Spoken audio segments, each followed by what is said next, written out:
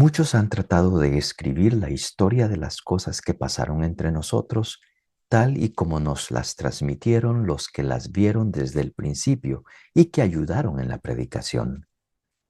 Yo también, ilustre Teófilo, después de haberme informado minuciosamente de todo desde sus principios, pensé escribírtelo por orden, para que veas la verdad de lo que se te ha enseñado. Después de que Jesús fue tentado por el demonio en el desierto, impulsado por el Espíritu Santo, volvió a Galilea. Iba enseñando en las sinagogas, todos lo alababan y su fama se extendió por toda la región. Fue también a Nazaret donde se había criado, entró en la sinagoga, como era su costumbre hacerlo los sábados, y se levantó para hacer la lectura. Se le dio el volumen del profeta Isaías, lo desenrolló y encontró el pasaje en que estaba escrito: El Espíritu del Señor está sobre mí, porque me ha ungido para llevar a los pobres la buena nueva, para anunciar la liberación a los cautivos y la curación a los ciegos, para dar libertad a los oprimidos y proclamar el año de gracia del Señor. Enrolló el volumen, lo devolvió al encargado y se sentó. Los ojos de todos los asistentes a la sinagoga estaban fijos en él. Entonces comenzó a hablar diciendo: Hoy mismo se ha cumplido este pasaje de la Escritura que acaban de oír. Bienvenidos a esta pequeña reflexión sobre el Evangelio Dominical. En esta ocasión tenemos dos porciones del Evangelio de San Lucas. La primera en el capítulo 1, del versículo 1 al 4, que es la introducción, la explicación de cómo se compuso el Evangelio, contado por el mismo Lucas. Y la segunda parte está en el capítulo 4, del versículo 14 al 21, que es la visita de Jesús a la sinagoga. Eh, Lucas trata de una manera histórica de poner los eventos en orden, pero nos podemos fijar en los otros evangelios que muchas veces los eventos, sanaciones o predicaciones están en lugares diferentes. Es algo que era permitido en la antigüedad. La verdad se mantiene, pero es conservada en momentos diferentes que benefician al evangelista para transmitir el mensaje de Jesús. El mensaje no varía, a veces le quitan palabras, pero la esencia siempre se mantiene, aunque esté en lugares distintos en los cuatro evangelios. Tenemos nosotros las etapas, por supuesto, para entender cómo es que pasa esto, cómo es que esta enseñanza de Jesús llegó hasta nosotros. Primero que todo, la vida terrenal de Jesús. Jesús no escribió nada, pero en su predicación utilizaba ciertos recursos comunes a las culturas antiguas que facilitaban la retención de la información. Frases cortas, paralelismo es parecido a antítesis, dando cosas contrarias que la gente inmediatamente iba a relacionar. Repeticiones rítmicas, imágenes, parábolas. Pensemos en frases evangélicas como: los últimos serán los primeros y los primeros serán los últimos. Ancha es la puerta y ancho el camino que lleva a la perdición. Otro: estrecha es la puerta y angosto el camino que lleva a la vida. Frases como estas, escuchadas aún por la gente más humilde, se les quedan. Y Jesús pudo haberlas repetido varias veces, tanto que la gente las recordaba. Por tanto, el hecho de que Jesús no escribiera él mismo los evangelios no significa que las palabras que contienen los evangelios que conservamos no sean suyas. Eso quiere decir que los evangelistas y aquellos que seguían a Jesús como discípulos recordaban esas palabras y ellos mismos las comenzaban a utilizar en sus predicaciones. Al no poder imprimir las palabras en papel, los hombres, todos los seres humanos antiguos, las imprimían en la cabeza, en el corazón. Decimos que lo que se pone en la cabeza a veces se olvida, pero lo que se pone en el corazón no se olvida. Los milagros de Jesús, ciertas de las predicaciones de nuevo, la manera como se aproximaba a los pobres, a los extranjeros, a las viudas, cómo predicaba simplemente, como decía, con comparaciones, con frases cortas. Eso impresionaba a la gente y se acordaban de esas comparaciones. Pero eso fue la parte física del tiempo en que Jesús predicó, pero que los discípulos o seguidores físicos también recordaron y memorizaron sus frases y luego las pusieron por escrito. La segunda fase, la predicación oral de los apóstoles. Jesús tiene que transcurrir su pasión, el shock es tremendo en la comunidad primitiva, los discípulos al principio mm, estaban bloqueados, pero la resurrección de Jesús les ayudó a respirar el aire de la vida nueva e hizo que las puertas se abrieran y ellos salieran. Tras la resurrección, los apóstoles comenzaron inmediatamente a proclamar la vida y las palabras de Cristo, lo que recordaban de sus predicaciones, pero también lo hacían adaptados a los grupitos donde estaban predicando. Eso lo puede tener también cualquier predicador de hoy. Puede contar una historia que pueda ser chistosa, pero que traiga una enseñanza en distintos contextos según a las personas o el lugar donde está predicando.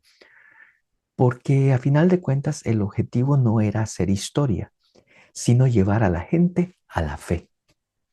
Y para eso entonces usted presenta cómo vivió usted su fe y la muestra a aquellos quienes van a escuchar este mensaje o que van a leer después ese mensaje.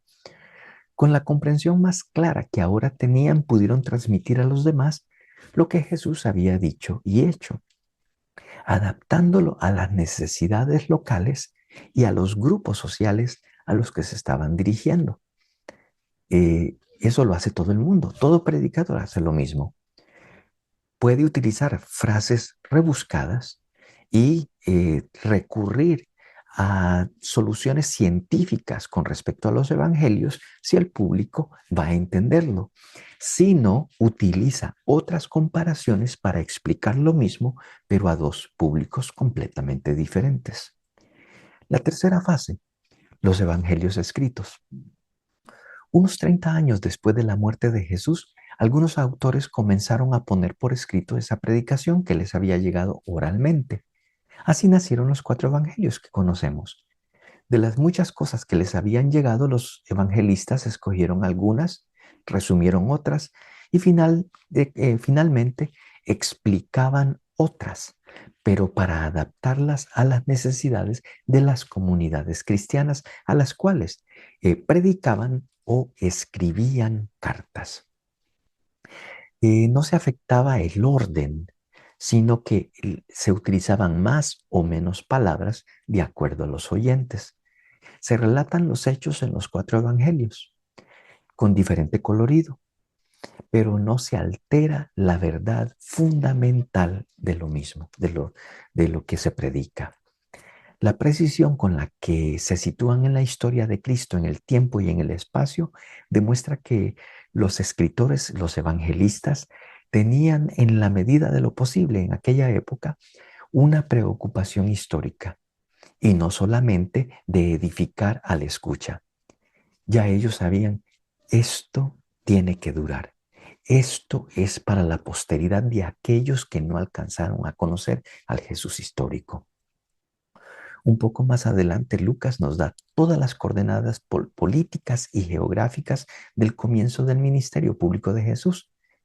Inteligentemente, Lucas nos está diciendo, esto pasó en este tiempo exacto, cuando estabas el César Augusto, cuando estaba este y el otro. Refleja la esencia de lo que Jesús predicó, de lo que Jesús hizo, cómo se realizó su ministerio, cómo vivió su pasión, su muerte y su resurrección, y cómo, que Lucas lo va a hacer, contará cómo comienza a crecer la comunidad primitiva. Esa es la primera parte del Evangelio que escuchamos este domingo, cuando comienza hablándole a Teófilo, al amante de Dios, y cuenta sin saberlo todas estas etapas.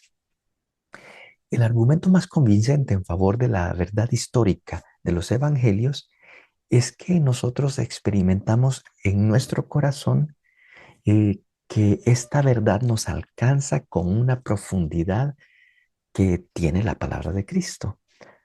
Cuando se explica una parábola a los oyentes, cuando se explican ciertos de los hechos de Jesús que tienen una manera teológica de contarlo, uno puede ver en el oyente que la palabra alcanza su corazón, lo alcanzó el mío, por eso la predico.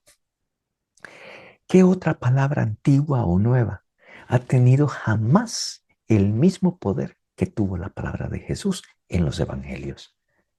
Hay una gracia en todo esto, como fue recopilado y como fue compartido, como nosotros hasta el día de hoy, con toda la exégesis, la ciencia para poder estudiar la palabra de Dios y sacar lo mejor de ella, todavía esa palabra está viva. Esa palabra nos muestra al Jesús que continúa vivo y resucitado en medio de nosotros. No hay otras palabras que tengan ese poder. Y ahora nos vamos a la sinagoga con Jesús. Ahora, lo que pasó en la sinagoga. Se presenta un cierto rechazo al cual Jesús responde con: un profeta recibe honor menos en su patria. Lucas presenta a Jesús como el cumplimiento de profecías y como el cumplimiento de la palabra, de la Biblia, de Isaías. El texto que leyó está en el tercer Isaías. Tenemos tres, por supuesto, que están unidos en un solo libro del profeta, pero esa palabra pertenece justamente al tercer Isaías. Y nos vamos a fijar que Jesús le pone el acento a que Dios escoge a los extranjeros más necesitados sin hacer discriminación. Y Jesús tiene los ejemplos en la mano. El anuncio es muy lindo. El Señor me ha ungido para traer esta buena nueva. Y empieza a dar lo que la lectura nos decía. Pero no dice nada de que Dios discrimina a quien le llega, ¿no? Le llega a extranjeros, le llega a israelitas, le llega a mujeres, le llega a todo el mundo. No hay discriminación para nadie. El amor de Dios y su poder y su misericordia llegan a todos aquellos que lo necesitan. Eh, un ejemplo que da Jesús en la sinagoga de Nazaret es que él está diciendo es que un profeta no lo recibe en su propia tierra, sino en otros lados. Y luego pone ejemplo al profeta Elías, que aunque había muchas viudas en Israel, dice el texto, Dios lo mandó a una viuda en Sarepta. ¿Qué tiene eso de especial? Que Sarepta, uno, no es de Israel, por supuesto.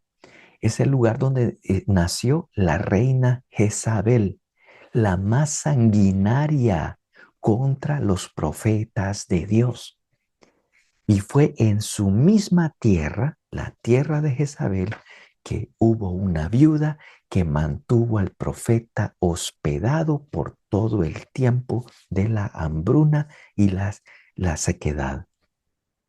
Bien, así actúa Dios, porque Dios no se fija en quién o cómo. Dios lo mandó y le puso el corazón de esta bella viuda que, que le dio vida al profeta, lo hospedó y lo salvó en la tierra de aquella mujer despiadada, Jezabel. Allí hay gente buena. Y luego pone el otro ejemplo. Tantos leprosos en Israel se curan, pero en Israel se curó. eh, Habían muchos leprosos en Israel, pero un leproso que se curó fue un sirio llamado Naamán.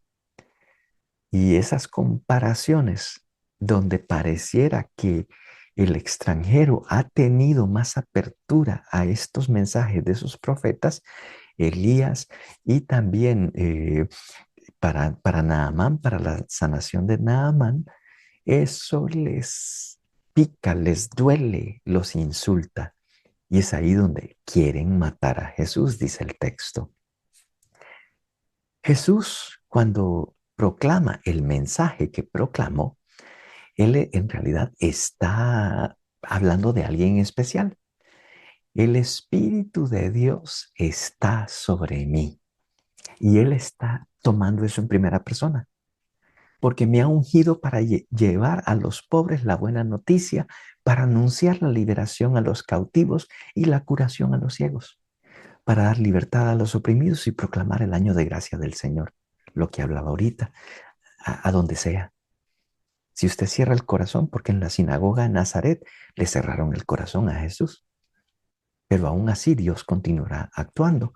Y los ejemplos de Jesús eran, mire, Dios no se deja ganar en misericordia. Cuando usted le cierra el corazón, Dios continúa amando, pero Dios todavía tiene la oferta para ti, la oferta para que abras tu corazón. No endurezcas el corazón como en Meribá, ábrelo. Y Jesús, dice el texto, después de hablar liberación a los cautivos, curación a los ciegos, dar libertad a los oprimidos y proclamar el año de gracia del Señor. Enrolló el volumen y dijo algo. Dijo que todo el mundo lo quedó viendo. Sabrá Dios cómo lo habrá proclamado de bonito, que sí se sintió como que era en primera persona. Y comenzó Jesús a hablar diciendo, hoy mismo se ha cumplido este pasaje de la Escritura que acaban de oír. Jesús está diciendo, eso que acabo de decir, me está describiendo a mí. Aquí estoy. Esa palabra se cumple en esta carne que está frente a ustedes. No lo dice verbalmente tan así pues en la cara de ellos, pero les está diciendo, el Espíritu de Dios está sobre mí porque me ha ungido. Y luego va a decir, pues fíjense que hoy se cumplió este pasaje de la Escritura que acaban de oír. Y es por Él. Ahí está. Ahí está el prometido. Allí está aquel que tiene toda la llenura de Dios en ellos. Por supuesto, el problema es que ellos no quieren escuchar esa parte. Hay un rechazo total contra Jesús. Sienten como que es una imposición para ellos, como que se está poniendo en un lugar distinto. Se sintieron inseguros, pero sabían ellos que habían palabras de verdad. Todo eso se repetirá durante el ministerio de Jesús. Pero lo que esta escritura proclamó es realmente veraz. Jesús es de verdad el ungido de Dios. Y la escritura de Lucas en este capítulo 4 comenzó en el 1, pero ahora estamos en el 4, la predicación en la sinagoga de Nazaret, es verdad. En él se cumple esta escritura que acaban de oír. Por eso la palabra de Jesús, la palabra de Dios, es viva y eficaz. Decimos, pero porque está en la Biblia, por supuesto. Hermanos, entonces hoy reconocemos a Jesús en la escritura que se acaba de proclamar. Como hijo e hija de Dios, también reflejas la persona de Cristo en ti, el que lleva sanación, no que lleva chisme, no que lleva dolor, no que lleva agresión, sino que lleva sanación. Él me ha ungido para llevar buenas nuevas, evangelio, eso así se dice, buena nueva, evangelion, para llevar esa buena nueva, anunciar liberación, curación, libertad y anunciar el año de gracia. ¿Hacemos eso? Somos reflejos de la predicación de Cristo. Se está cumpliendo esta escritura también en ti y en mí, en el Cristo que llevamos en el corazón. Que Dios los bendiga.